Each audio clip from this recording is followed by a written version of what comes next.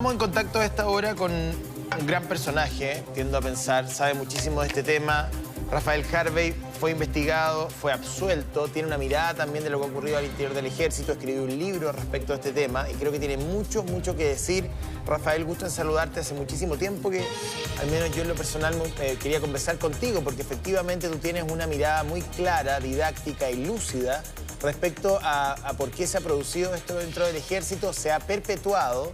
Y hoy día estamos destapando, digamos, lamentablemente, una olla donde había muchísimo debajo que no quisimos ver, no vimos, no se pudo, en fin. ¿Qué tal? ¿Cómo estás? Buenos días. Hola, José Antonio. Bueno, un gusto poder saludarte y conversar. Yo también quería conversar contigo hace mucho tiempo y saludar a todo el panel que te acompaña hoy día. Hola, Rafael. Hola. Bueno, miren. Esto es realmente triste y doloroso, digamos. Con esto no gana nadie, al contrario, todos perdemos. Algunos tenían algunos llamados ayer, José Antonio, como de felicitaciones y festinando porque está haciendo justicia. Yo creo que no hay nada que festinar, digamos. La verdad es que esto es impresentable y esto también, José Antonio, lo ven nuestros vecinos. Esto afecta a la seguridad nacional. Ah, mira, esto sí que afecta. Es una muy buena mirada. ¿Por qué? Claro, porque nuestros vecinos están viendo que nuestros generales son permeables al dinero. Y los generales son los que guardan la documentación secreta, son los que guardan la planificación de guerra y son los que tienen acceso a la información. Entonces... Interesante mirada, ¿eh? O sea, que hay un tema no solamente de probidad en la agenda doméstica, donde evidentemente las platas públicas deberían corresponder a todos y tener el escrutinio máximo, sino que además hay un tema de seguridad nacional, dices tú. Claro, y además, José Antonio, aquí se da también que con los gastos que se han hecho, se ha perdido, hay una total desconexión de los comandantes en jefe con lo que pasa realmente en las unidades bases del ejército, que son los regimientos. En los regimientos hay una pobreza, pero paupérrima. Habiendo recursos para esto y sabiendo mucho más ahora que sí habían recursos para esto, es una desconexión absoluta. O sea, mientras sabemos que Fuenteal va a comprar algunas champañas de 3 millones por lo que dice el proceso. Y Oviedo también viajaba al extranjero con pasajes de distintos tipos y precios. Bueno, en las unidades no hay dinero para nada. Rafael, se les cobra a veces a los soldados. Sí. Sobre esa misma mirada, sobre esa misma hebra, yo he conversado con algunos militares que tienen esa queja, bajos sueldos, condiciones económicas de los cuarteles malas, qué sé yo, y además, hay que decirlo, ellos se llevan las puteadas en la calle o los lugares donde van porque los tachan a todos de ladrones, porque su gente de más arriba es la que está en este momento enfrentando este escrutinio. Entonces, claro, hay alguna parte del mundo militar que no ve estos beneficios y que se lleva la peor parte. Entonces también hay, claro, un ruido interno en el ejército que no debe ser nada sencillo. Sí, aquí tú tienes razón con eso, aquí es que yo hago un llamado a la ciudadanía que esté tranquila de que el ejército no son todos así. Hay muchos buenos oficiales y suboficiales que tratan de prestigiar a la institución y se encuentran con esto. Y hemos visto que son las cabezas, ¿eh? Algunos, el general Martínez sobre todo se dedicó a preparar este camino porque yo estoy seguro que lo van a detener, eso lo podemos conversar ahora. Que va a quedar preso. Que va a quedar preso. No tengo ninguna duda. ¿Por qué? No tengo duda. O sea, probablemente su renuncia... Probablemente su renuncia y la notificación de renuncia que hace anteayer al presidente de la República tiene que ver precisamente con que sabía el escenario que se venía. Ahora, me gustaría preguntarte que sigas en esa misma línea, digamos, de que aquí ha habido una desconexión de la cabeza del ejército con el resto de la institución, súper importante, y también una pregunta que mucha gente se hace en su casa. ¿Quién no hizo la pega aquí? Porque la pega del servicio público es cuidar lo público, que es de todos, pero parece que como es de todos, al final termina siendo de nadie, y el ser de nadie es de algunos pocos. Entonces, me gustaría ambas miradas tuyas. José Antonio, aquí han fallado en el combate contra la corrupción todos los poderes del Estado. Todos, sin excepción. Ayer yo veía un poco... sorprendía a la presidenta del Senado hablando de este tema, y la verdad es que yo tengo el registro, yo hablo sobre la evidencia, José Antonio, no me gusta especular ni hacer opinología. sobre la evidencia. Le pedí audiencia a todos los senadores desde el 2018 en adelante para denunciar hechos de corrupción. Todas denegadas. Toda la audiencia. No les interesa. ¿A quién a los específicamente? diputados. ¿A quién? A todos, transversal, José Antonio. O sea, todos, ¿tú le pediste audiencia todos a Jimena Rincón, por ejemplo? Todos ¿Y te la todas. denegaron? Todas, completo. Todas denegadas, todas, completo. Completo. ¿Y tú especificabas diputados, para qué pedías la audiencia? Que querías decir que habían cosas que estaban pasando y que debían saber el poder político, el Congreso. ¿Les decía en esa solicitud? Eran tan específicas que eran para entregar documentos y oficios que dan cuenta de corrupción del comandante en jefe actual. Y estamos hablando del 2018. Y nadie tomó en cuenta. De hecho, tengo acá, José Antonio. El Frente Amplio no tomó en cuenta, el acá. Presidente electo cuando era diputado, la actual ministra de Defensa, que hasta hace poco fue diputada del Partido Socialista, porque ya uno puede entender que cierto sector político se quiera negar a ver lo evidente, digamos, por razones, digamos, políticas, pero que transversalmente, como tú dices, si lo que tú dices es cierto, lo dices tú, yo no tengo por qué no creerlo, que tú pediste audiencia transversal a todos los sectores para poder notificarlos con pruebas de que había robos al interior del ejército y esas audiencias no te fueron concedidas, me parece impresentable. No solo eso, hay una invitación formal de la Cámara de Diputados que me citó a exponer el 20 de noviembre del 2018 sobre la red de protección a la corrupción que yo estaba denunciando, que de esa parte de esa red de protección a la corrupción era justamente el general Martínez. Y significaba esta red de protección ascensos de oficiales y suboficiales que, estando confesos de fraude al fisco, eran ascendidos al grado superior. Sabiendo que incluso estaban dos de ellos en el delito. No solo sabiendo, sino que estando en prisión preventiva. Pero bueno, no sé, yo no Entonces, sé qué decir. Y además, no, José Antonio, mira, esto va mucho más allá. Además, yo tengo acá una audiencia que pedí con el ministro Espina, dentro de las 32 que pedí, pero tengo una registrada acá del 19 de diciembre del 2018. Ese 19 de diciembre del 2018, si tenemos un minuto para verla acá. Dale.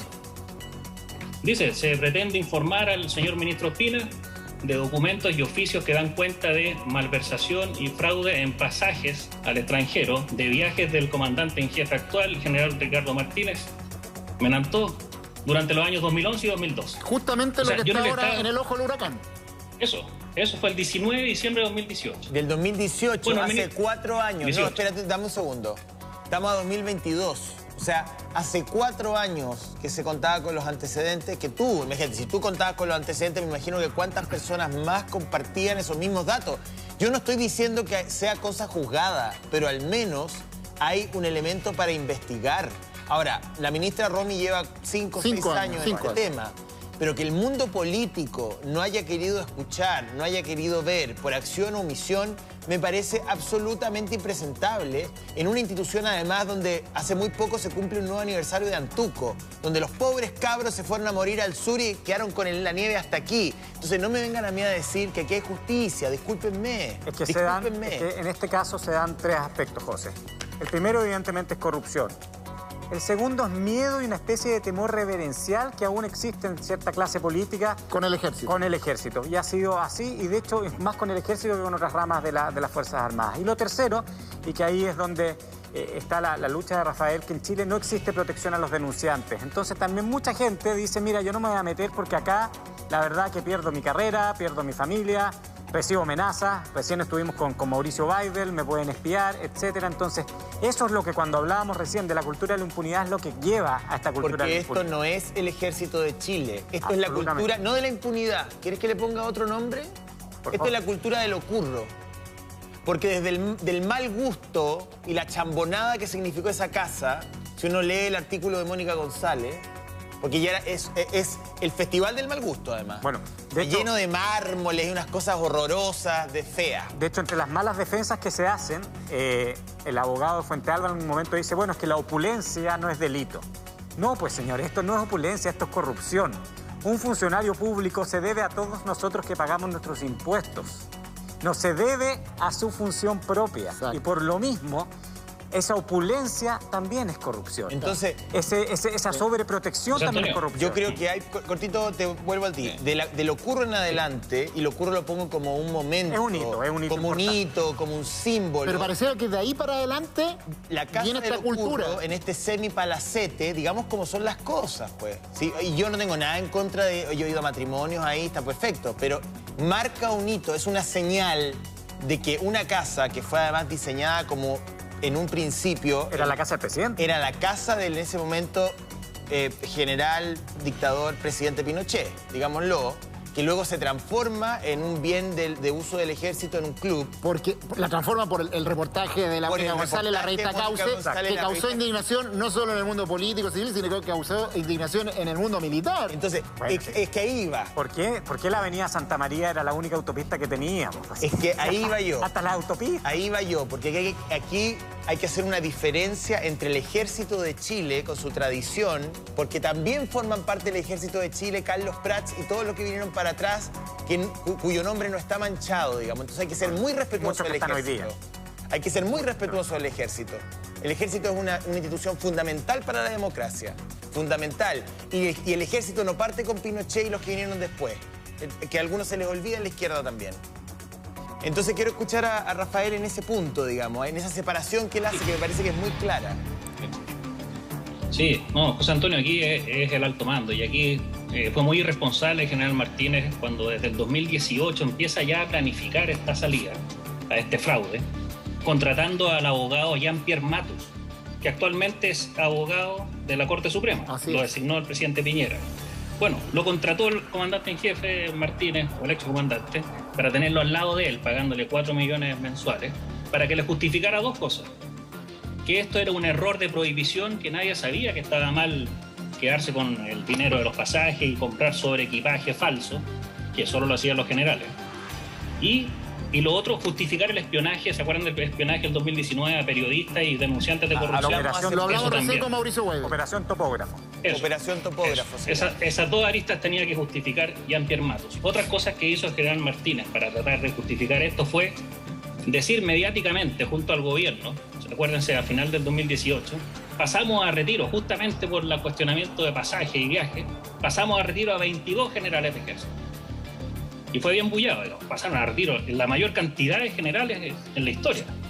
Bueno, al otro día, y esto insisto que lo tengo documentado, al otro día de pasarlo a retiro, recontrataron a 20. Mira, oye, pero si esto es una burla. O sea, los pasan a retiro y los recontratan al día siguiente. Por favor, para y eso es general Martínez.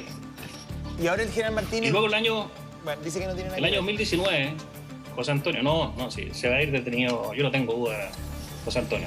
Y además el 2019, el general Martínez no se le ocurre nada mejor que sacar mediáticamente que se ha abierto una cuenta del ejército para que quienes piensen que obraron mal, devuelvan dinero. Los únicos que han devuelto dinero es el general Martínez y el general Oviedo. Entonces vamos a descansar en la nobleza. Como si yo creo que tengo dinero de más, usted deposítelo en esta cuenta. Pero qué boludez más grande. Antonio, dígame. Y desde la experiencia personal, yo estuve en comisión de servicio 1 año en Haití, 6 meses en Bosnia, luego estuve en Honduras, Guatemala, Argentina, Ecuador. Jamás tuve contacto directo con una empresa de turismo. Nunca.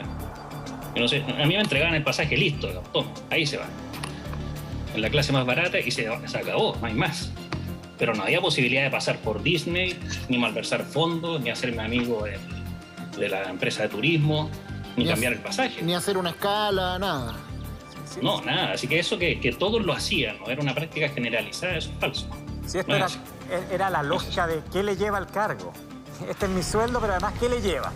Le lleva auto, le lleva la casa al locurro, le lleva que puedo tener la devolución del pasaje, le lleva el gasto reservado. Tema de sentido común. Pero yo entiendo que una condición de general implique una serie de acciones de defensa. Propias del cargo. Propias del cargo. Pero tampoco posible. Pero 3 millones de pesos una champaña. O sea, discúlpame, eso es lo que yo voy a tomar en toda mi vida, digamos. O sea, 3 millones de pesos una champaña, $30.000 un ticket a Montevideo. Absurdo. Estamos hablando de 24 millones de pesos ir a Montevideo. Dicho por Mauricio Weber, que investigó el caso desde un reportaje del The Clinic. Entonces, por favor, la gente no es estúpida y también no necesitamos tener muchos estudios de... pero es una cosa de sentido común, Rafael. Sí, no, mira, comentar también que a mí me parece impresentable que el comandante en jefe renuncie a su cargo. Yo creo que como militar, me parece un acto de cobardía. Yo creo que como militar debiera haberse ido a declarar, digamos. Si él es inocente, uno será inocente. Yo conozco a la ministra de cerca, he estado 5 veces declarando con ella, como denunciante, por supuesto. Y la verdad es que ella resuelve justicia. Oye, entonces, Rafael, recién lo comentábamos con Mauricio Baibel, que es el periodista que primero destapó estas irregularidades en el ejército. Tú has sido el oficial de ejército que ha incomodado también a la institución con estas denuncias. En tu caso, ¿has tenido represalias también? Persecuciones, no sé, que haya autos extraños cerca de tu casa, llamados telefónicos. Oye, tú eras uno de nosotros, mira lo que estás haciendo, cosas así. Sí, bueno, de hecho con Mauricio somos los dos querellantes como víctimas en la causa Línea. Claro, el espionaje. Y la verdad es que ahí hay antecedentes, que sí se los puedo comentar, después también se los puedo hacer llegar, que dan cuenta que la ley de inteligencia dice que uno puede espiar o interceptar comunicaciones por 3 meses. Prorrogable por 3 meses más, en ningún caso más que eso. Y con una Aquí se falsificó información. Con claro. Y con un documento oficial de un juez, que en este caso eran documentos supuestamente falsos, que es lo que se está investigando. Exacto. Y no solo se falseó en esa parte, sino que se falseó también para aumentar el tiempo de espionaje. A Mauricio y a mí nos espiaron más de 1 año, pero con nombres falsos. Nombres falsos, mismo número. Entonces, pero lo grave de eso es que yo creo que esa operación Topógrafo, José Antonio, fue una operación de contrainteligencia. Con los antecedentes que tengo de 2000 hojas de haber leído de la causa. ¿Cómo así? Contrainteligencia significa hacer creer al adversario lo que yo quiero que él crea. A ver, si nos yo creo que fue una acción, yo creo que una operación de amedrentamiento. Porque fíjate que lo que se hace acá es justamente, se nos filtró esta información, o se nos filtró esta investigación, que justamente era el espionaje contra denunciantes de corrupción y periodistas que también denunciaban hechos de corrupción. Justo se me filtra eso como ejército, como inteligencia. Eso es una acción de amedrentamiento, es decir, mire, los que nos empiecen a hacer reportaje o los que nos denuncien corrupción, les vamos a espiar todas sus llamadas. Pero eso ¿Por qué no... se puede pensar eso? Porque no hay ningún responsable hasta el día de hoy. Y yo conozco la inteligencia. Yo sé que en la dirección de inteligencia son 2 militares los que tienen a cargo, bajo llave, las interceptaciones telefónicas. No hay otra forma de que alguno de esos 2 haya sacado, digamos, la información y la haya entregado a alguien. No hay otra forma de que haya aparecido eso. Ahora, ¿cuál es? Y esos 2 militares siguen trabajando ahí. Ahora, hay una dimensión de responsabilidad militar que ya la justicia determinará, la justicia civil, la justicia militar. Pero lo que tú dices respecto a la responsabilidad civil, porque finalmente es igualmente impresentable. O sea, a ver, ¿qué prueba necesitamos desde un punto de vista moral para entender que una persona, un abogado contratado para levantar una tesis, para defender, para montar, para argumentar, que puede hacerlo? El abogado Matus tiene todo el derecho a prestar los servicios que quiera para quien quiera. Lo que me parece impresentable es que realice ese trabajo y el presidente Piñera le haya abierto la puerta a la Corte Suprema. Se le hicieron, José, todas las advertencias al Senado. Muchos periodistas, muchas personas firmaron una carta diciendo, ojo, van a nombrar de Supremo a un abogado que recientemente, tampoco es que haya sido... Tampoco hace 25 años, ¿me entiendes? Recientemente ha estado involucrado y ha tenido esta cartera de clientes. Y la verdad que el Senado no hizo caso de esas advertencias. Fueron muy pocos los que rechazaron, creo que un senador fue solo el único que rechazó a Jean-Pierre Matus. Y ahí vuelvo a lo que queríamos también resaltar. La responsabilidad de los civiles. Y acá a veces a los civiles es muy fácil decir, oye, pero esto es un problema de los militares, del ejército. Si yo soy ministro de Defensa en la época de Fuente Alba y veo que Fuente Alba tiene todas estas granjerías, todos estos lujos, voy a su casa y abre una champaña de 3 millones, ¿no me llama la atención? Para un general que debe ganar 4. Gana 4, 4,5. O sea, se gastaba el sueldo de un mes en una champaña. A Francisco Vidal nunca le llamó la atención. Perdóname. Nunca le llamó la atención los pañuelos Hermès que regalaban, las ollitas Le Creuset.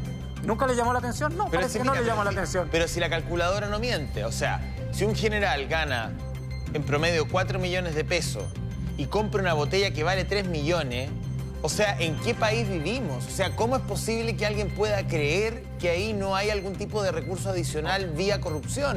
Si se está gastando todo el sueldo del mes en una botella de champán, pues esa es la brutalidad de la que estamos hablando. Yo me pregunto, y con plata de todos nosotros. Claro, eso es. Con plata de todos nosotros. Es que ahí yo me pregunto si además es un ABC, no hay que ser un experto en corrupción.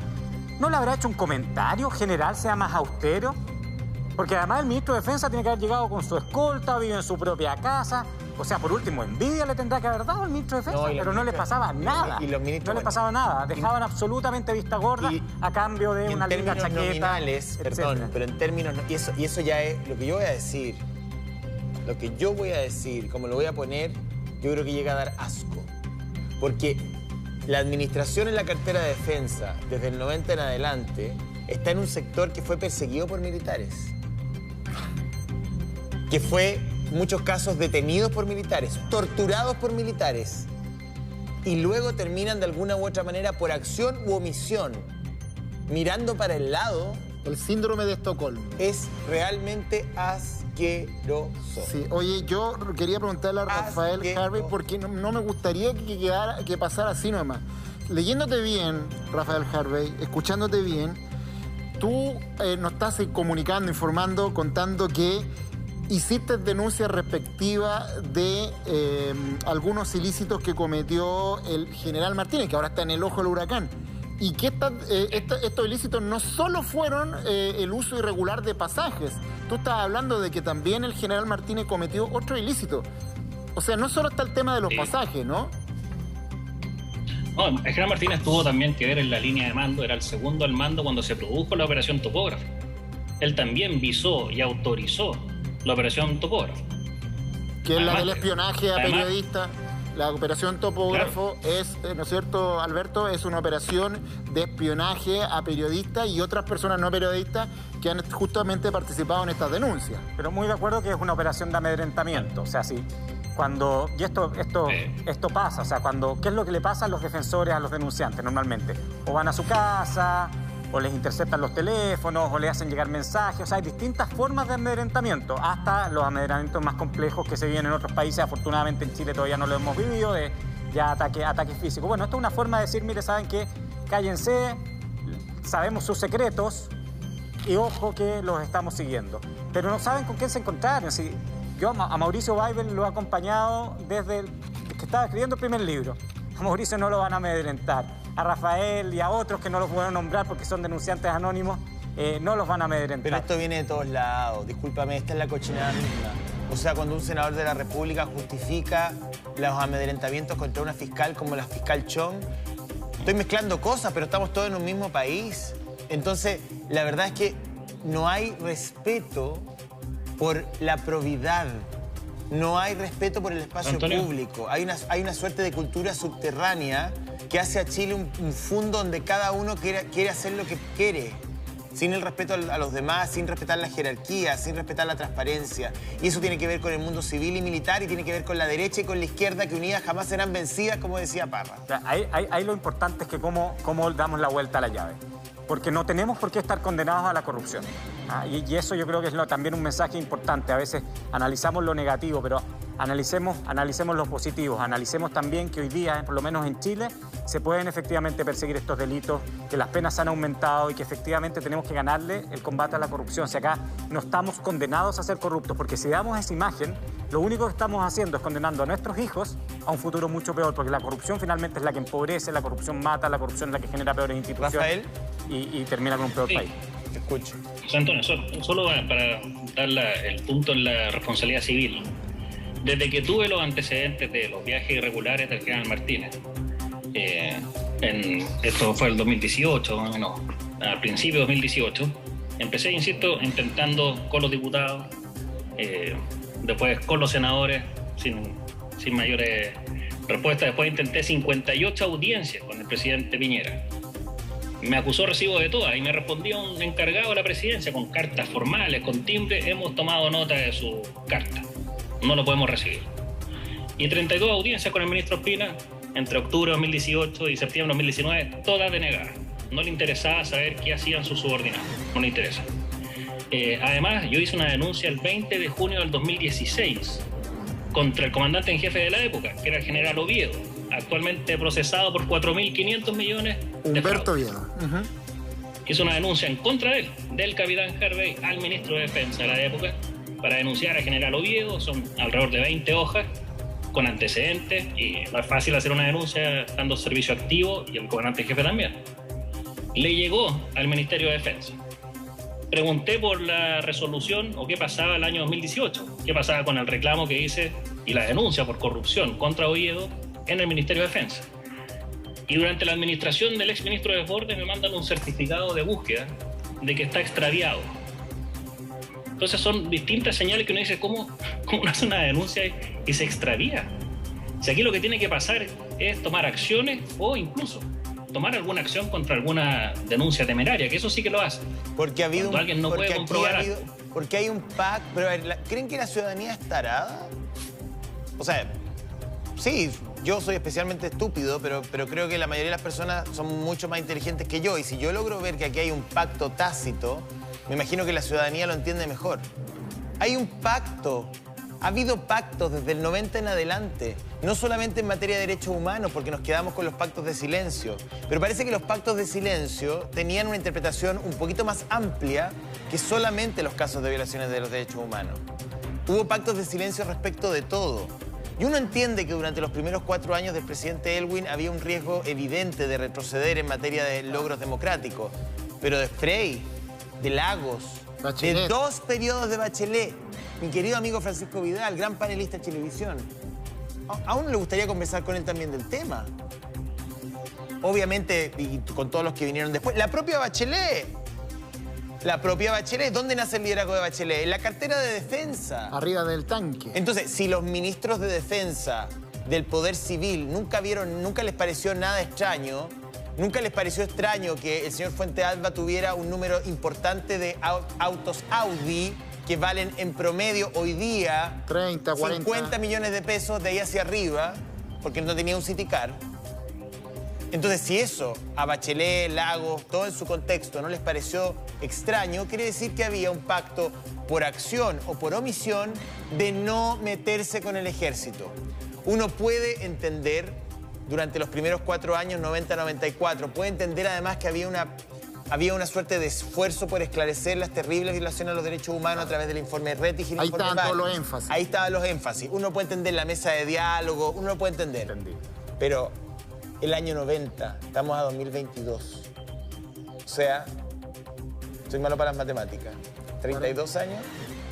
32 Pero años. más allá, el año 2005 se hace un cambio importante a la institucionalidad civil.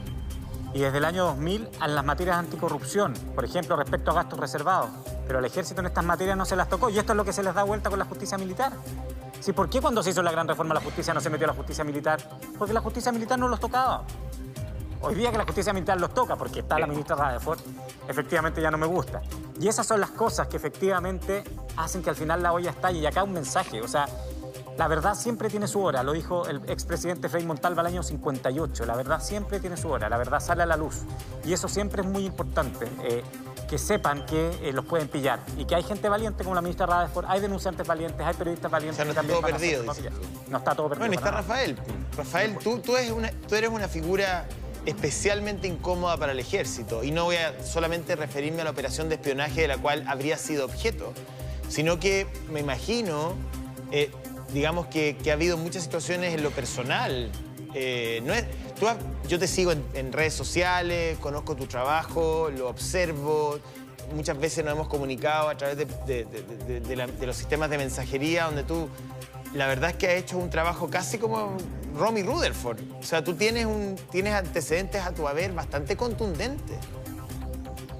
Sí, ahí, bueno, lo que decía Alberto, aquí hoy día no tenemos protección al denunciante, porque fue algo que yo tuve que iniciar el 2016. De partida, un país decente no tiene para qué tener una ley para proteger denunciantes. Sería casi de sentido común. Pero no estamos en eso. Y la protección del denunciante yo la propuse desde el 2016, y ahí recién el diputado Jorge Brito, que es muy buen diputado, el año 2018 la presenta como proyecto de ley Capitán Harvey, el 25 de octubre de 2018, y se aprueba en la Cámara de Diputados el 2019, junio de 2019. Desde esa fecha hasta hoy día está durmiendo en el Senado. O sea, los senadores no han hecho nada por aprobar esta ley de protección a denunciantes, de denunciantes en las Fuerzas Armadas. Y además el gobierno, por supuesto, no le ha puesto urgencia. El ministro Procuriza habla de que están tomando medidas, están viendo cosas. No le ha puesto urgencia, eso es los hechos concretos. Y tampoco apoyaron como gobierno, el gobierno actual, tampoco apoyó la permanencia de la ministra Rutherford. Tampoco. No tuvieron ninguna injerencia en eso. Y que hoy día la permanencia de la ministra Romy Rutherford descansa en el TC, que es una institución que también hoy día está en un proceso de revisión constitucional por ser visto como una tercera cámara. A mí me parecería, con todos los antecedentes que tú has puesto sobre la mesa, con la figura del ministro Matus, con las botellas de champaña 3 millones, los tickets a Montevideo por $30.000, los Audi, las joyas, los zapatos no sé cuánto y los pañuelos. La cena a los periodistas. La cena a los periodistas, todo. Que además un organismo como el TC remueva a la ministra, me parecería que ya estamos en el peor de los mundos. ¿Tú tienes más antecedentes, Rafael, de este gasto desmedido, del estilo Fuente Alba? Pero entiendo que tenemos un último minuto a esta hora desde el centro de Santiago con Simón Olivero. Vamos a eso. Último minuto. Simón, estás al aire, te escuchamos. No habría llegado el general Martínez, ¿eh? Sí, al parecer el general Martínez no habría llegado a declarar, es decir, no va a presentarse el día de hoy. ¿Qué consecuencias jurídicas podría tener eso? La verdad que él estaba citado para las 9 de la mañana, son las 11, es decir, 2 horas de retraso. Y quien fuera hasta el día de ayer el comandante en jefe del ejército no se presentaría a declarar en el caso Pasajes y Fletes. Alberto, ¿qué posibilidades se abre aquí? O sea, la ministra le negó la posibilidad de declarar en su casa, le negó la posibilidad de declarar con su abogado y ahora no llega. Bueno, creo que esto realmente es muy complejo. Yo supongo que Juan Carlos Manrique, que es un abogado que ve estos casos constantemente, tendrá que haber dado ese consejo, tendrá que haber estado detrás de esto. Hay que ver cuál es esa estrategia judicial, pero lo que se abre es algo muy complejo porque efectivamente la ministra Rutherford, en caso que esta inasistencia no sea justificada, por ejemplo, por un motivo de salud, podría llegar a pedir la orden de detención. Imagínate la imagen de un equipo de la PDI entrando a Locurro a detener al ex general Martínez. Sería, yo creo que desastroso para el ejército. Pues entiendo que hay un recurso de apelación porque, a ver, en la mañana yo escuchaba a su abogado, conversó con la Verónica Franco y con Rodrigo Vergara en la radio cooperativa. Y él decía, nosotros tenemos una diferencia sustantiva de la interpretación de la ley. Creemos que la ministra ha incurrido en una suerte como de abuso al no permitir, primero, que él declare en su casa, que es lo primero que él había pedido.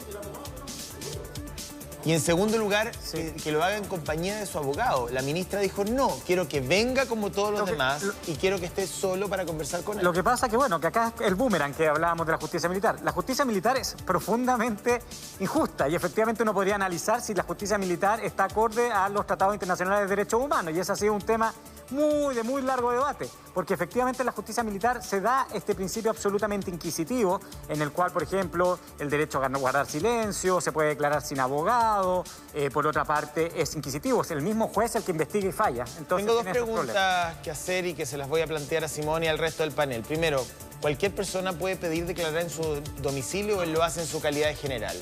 Y segundo, ¿quién tramita el recurso de la Corte Suprema? ¿Dónde está el ministro Matus? Una cosa... No, a ver, lo primero es que efectivamente las personas que son citadas a declarar tienen que declarar en el despacho del juez. Y eso es así. Yo no conozco ningún fuero, quizás no tengo el detalle de las normas, pero no lo conozco y todos los otros generales han declarado, exgenerales han declarado en el despacho de la ministra Rutherford y entendemos que acá es un exgeneral, ya no es un comandante en jefe activo.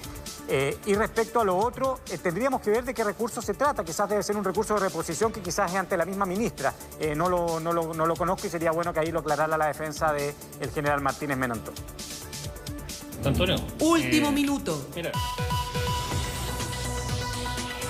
que se confirme lo que habíamos adelantado hace un ratito atrás, que se estaba estableciendo esta petición para que se reconsidere la solicitud de que pueda ser entrevistado en su domicilio. Ustedes dicen, oye, pero ¿por qué? Si yo también quisiera hacer eso. No, no.